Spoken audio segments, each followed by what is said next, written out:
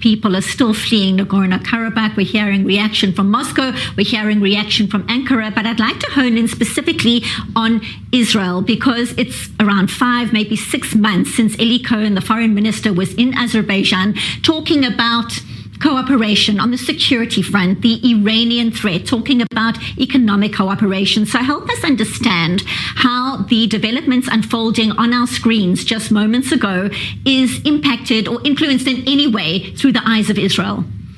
The conflict between Azerbaijan and Armenia is a typical case of political realism versus values when it comes to Israel's foreign policy.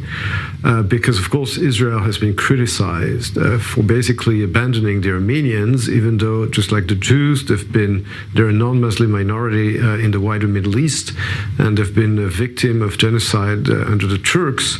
And yet Israel favors Azerbaijan in this conflict because, in terms of national interest and realpolitik, Israel has a special relationship with Azerbaijan to face the Iranian threat.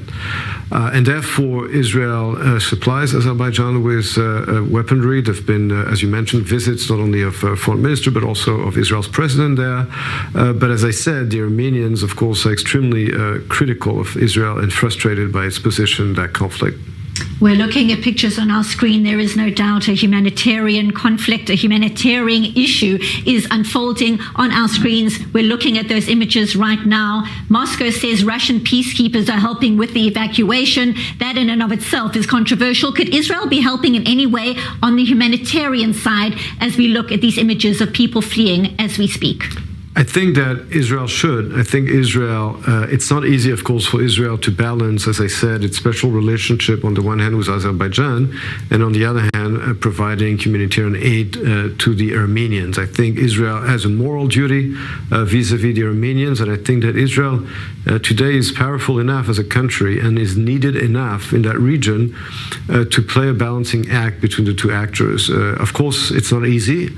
There is a conflict, after all, between the two countries, but I think it's about time, indeed, for Israel, without giving away and giving up its special relation with Azerbaijan, to also help the Armenians in terms of their needs and their humanitarian needs. Complicated situation indeed. We appreciate your insight as always. International relations expert, Dr. Emmanuel Navon, the CEO of ELNet. Thank you for being here. Thank you.